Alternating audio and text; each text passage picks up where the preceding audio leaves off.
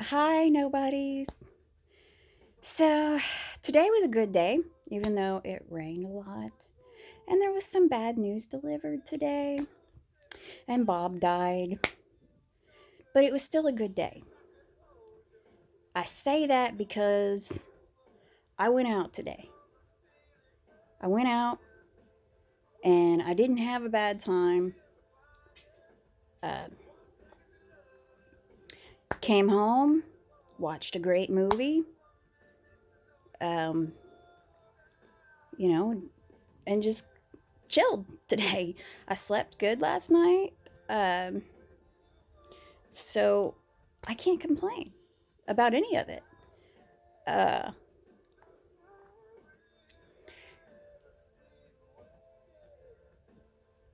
I did try to check out a few things that didn't pan out today, but like I said, none of that was any big deal.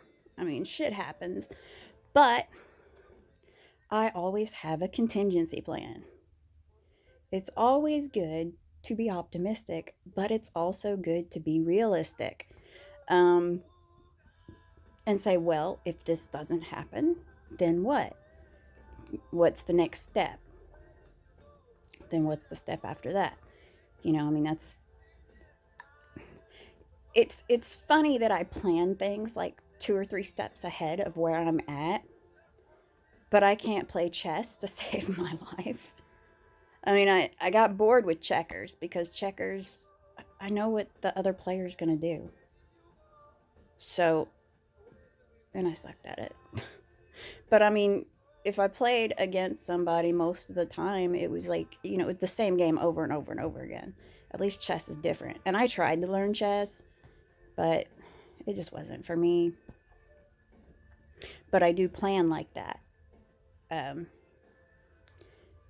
and there's a lot about reading into, okay, well, what do I need to know about this process or this person? There's a lot of reading into things. And David was told yesterday that by a woman, he's like, do all women just read people? And I'm like, well, there's this thing called women's intuition, which normally only goes towards like somebody being pregnant or somebody cheating. That's normally about as far as it goes. He might just have a tendency to lock on to intuitives instead of sensors because he's a sensor. Um, but the girl said, you want to fix problems so that you can't fix your problem. And and I got to thinking about that and I said, when I started writing Prisoners, I think that's what I was doing. He thinks that I did it to like meet people, like to meet guys. But no, I wanted to deal with somebody else's problems. And plus, there's the whole like, hey, I know what it's like to be rejected for one aspect of myself. People will reject me because I'm a woman sometimes. It doesn't happen a lot. I mean, a lot of times, like, women can use being a girl to their advantage. Like, we don't have to do the heavy lifting. We can say, oh, I'm weak. And then they're like, oh, yeah, you're a girl. you know? I mean, and I'm not going to say that I haven't used that excuse. That, like, I just didn't feel like doing something. So I'll be like, my weak arms can't pick this up. I'm just a girl. But I don't have as many strikes against me. I mean, some people, they walk into a room and somebody discounts them just because they're black or just because they've their hair isn't done right. Like if it's a black woman, like say she went with her natural hair because maybe she'd had an issue, so she was having to go natural, and maybe these people looked at her and said, oh, she ain't even got her hair done. Not saying that it looks bad, but maybe they're like, well, she needs to have it like off, nice. People will look at you and assume things. They will judge. Lots of people, everybody judges. Anybody who says that they don't judge, they judge. But, like, I will tell you, I judge people. But that doesn't stop me from giving them a chance to prove me wrong. And that's where, you know, where I differ from some people, because some people just they'll discount you just by their first assumption of you, of who you are. Because there have been people that I have met that they'd hear me say a cuss word and just be shocked, like jaw on the floor shocked. And I didn't realize that the whole time I'd been around them, I had been completely straight laced. And they had no clue that I cussed like a sailor.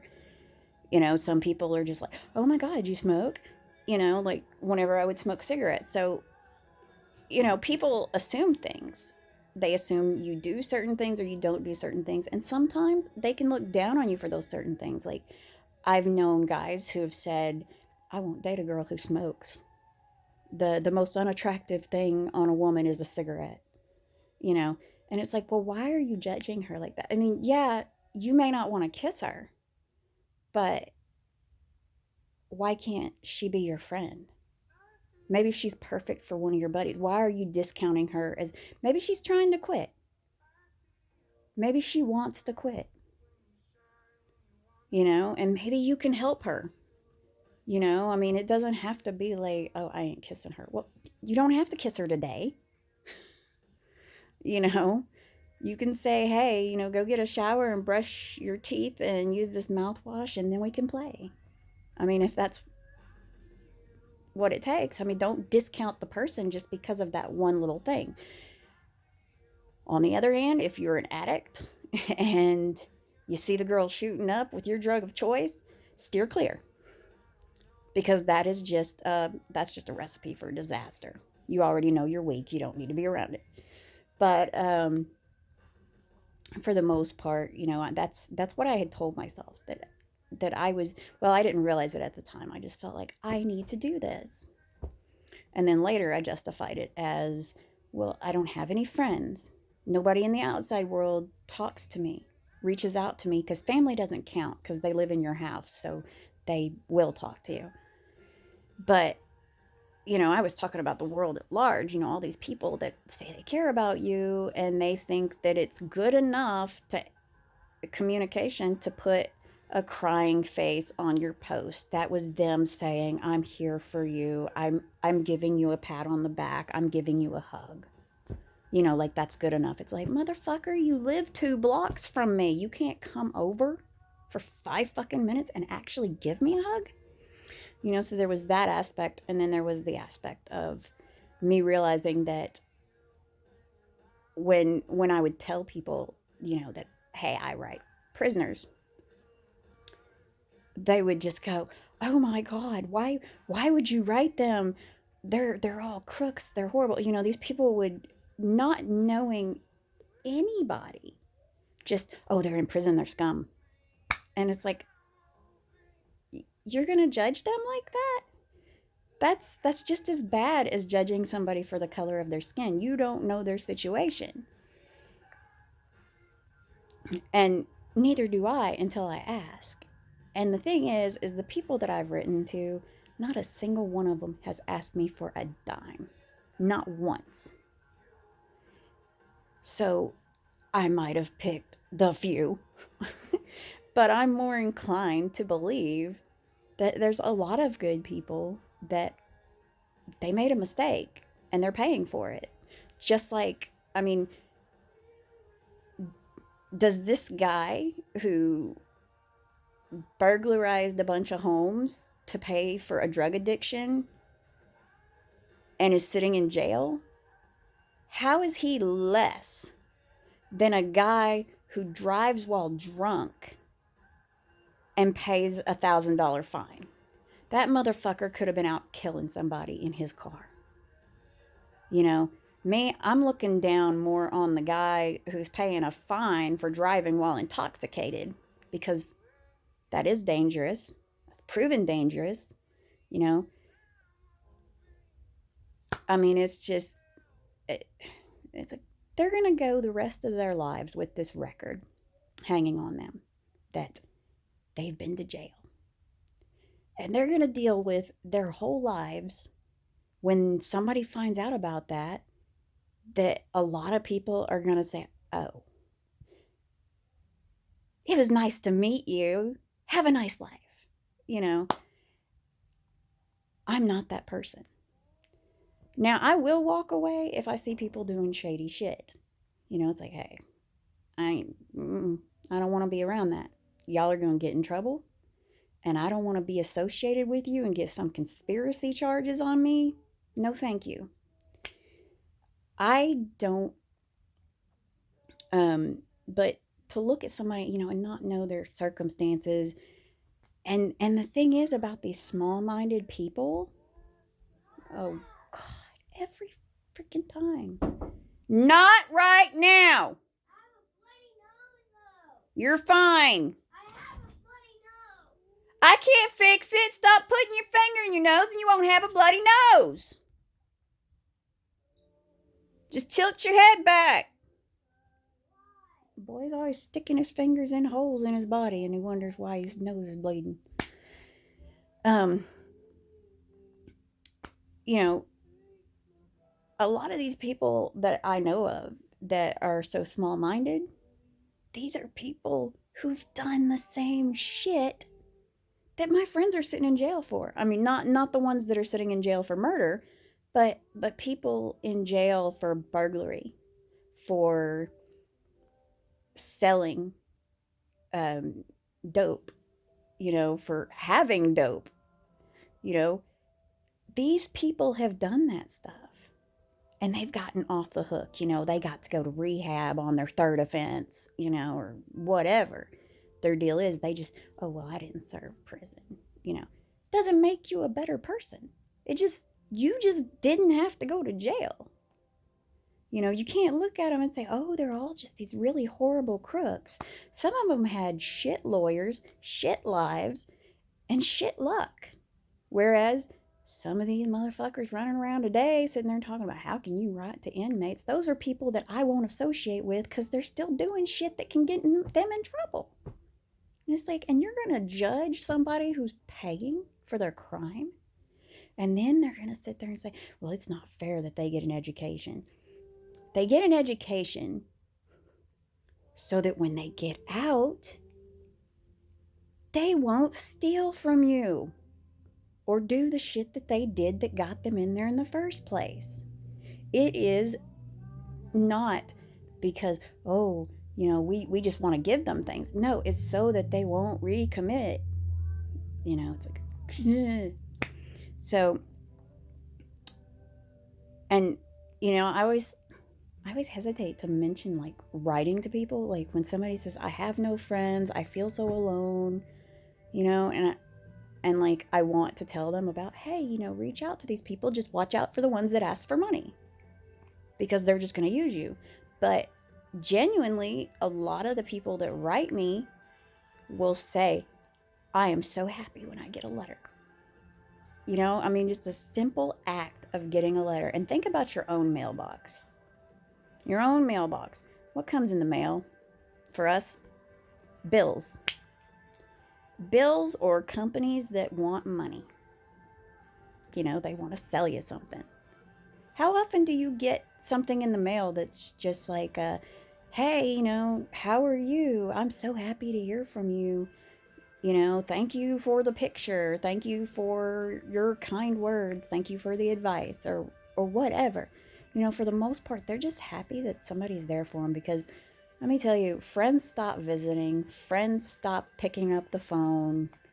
You know, there's all kinds of stuff that goes on that, you know, people just move on with their lives like this person's dead.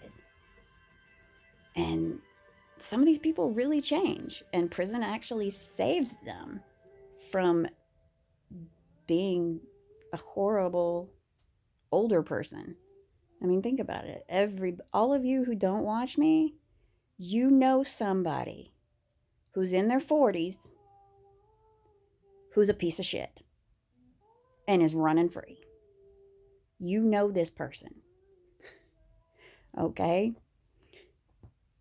Whereas somebody who maybe they went to jail at 20 because they did something really fucking stupid. So now they're in their 40s and they're ready to go out there and be a decent human being. Jail saved them from being that waste of space that you know. Some people it works for. Does prison turn out bad people too? Yes. They probably turn out more bad people than good people. But we have to look at the conditions that they're in. Most prisons do not have video visitation, which would allow for more people to see them. It would make it easier for people to visit them.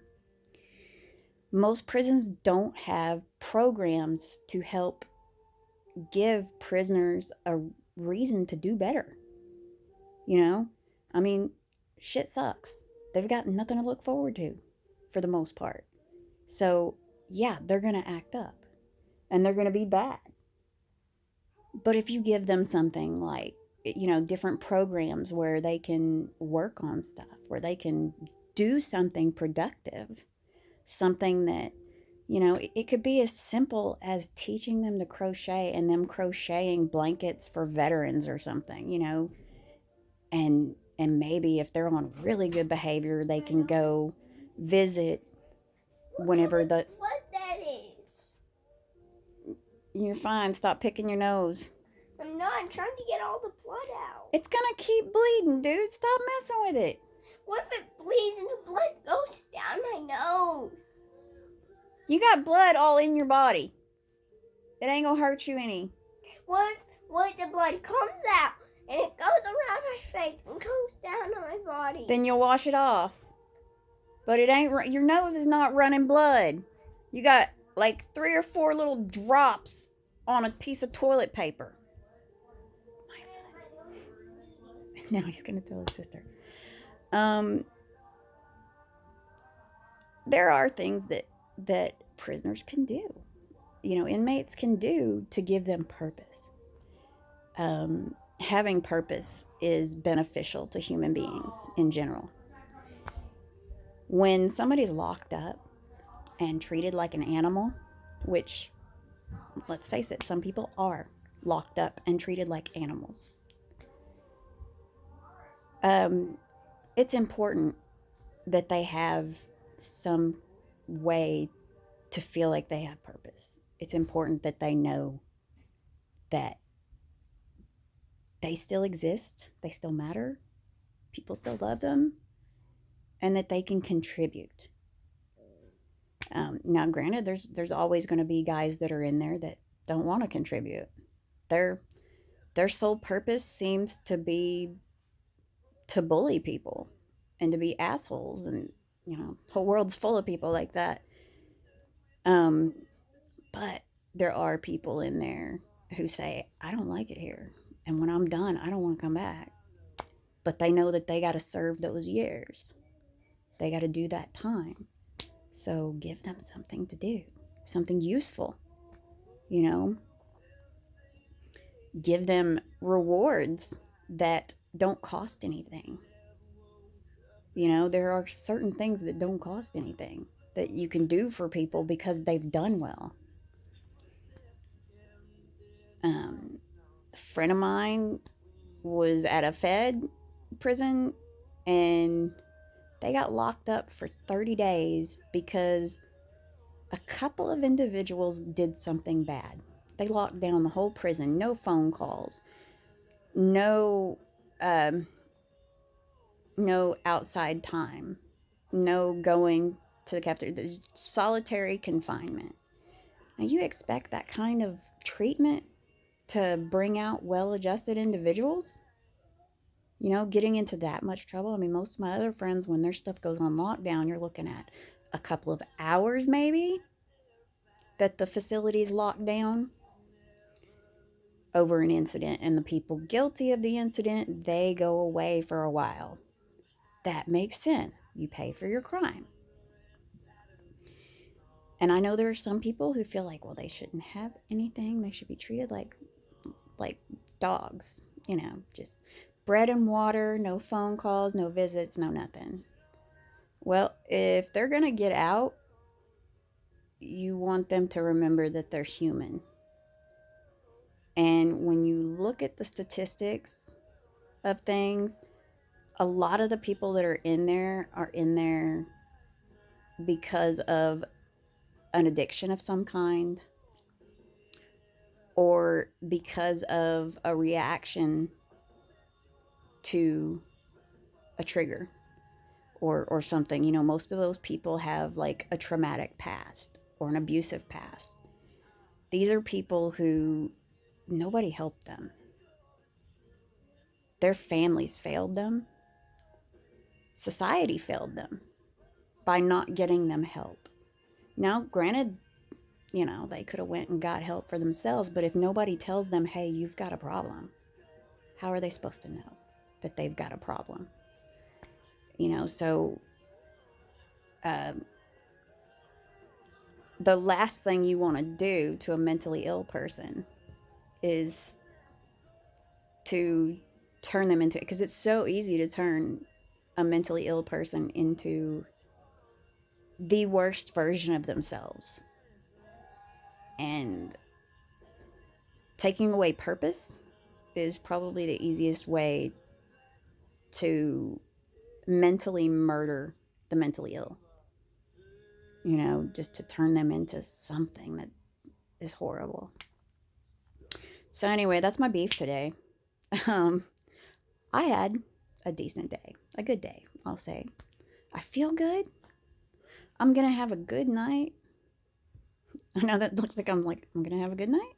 Um, I'm going to have a good night, that's for sure. I always do. Um, I hope that you had a good day. If you didn't, there's always tomorrow. Because it can't rain all the time. I hope you have a good night.